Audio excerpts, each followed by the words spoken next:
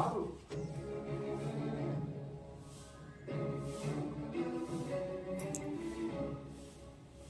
నీకు అన్నట్లు దుర్యోధనుడికి ఉచిత సమయంలో ఉచితమైన సలహా ఇచ్చేందుకు మాకు నీతో అవసరం ఉంది శకుని.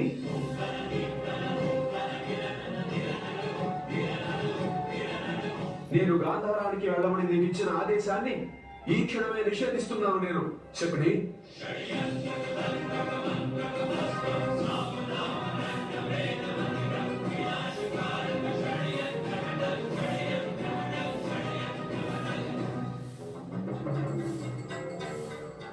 మా విశ్వాసపాత్రుడైన అనుచరుడు సంజయుడిని పాండవుల సమక్షానికి సంధి ప్రస్తావనతో వెళ్ళమని శీఘ్రమే పంపుతాను. వద్దు మహారాజా,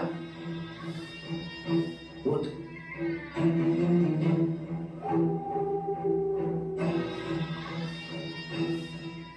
సంధి ప్రస్తావన అనేది పాండవుల నుండి రావడమే ఉచితంగా ఉంటుంది.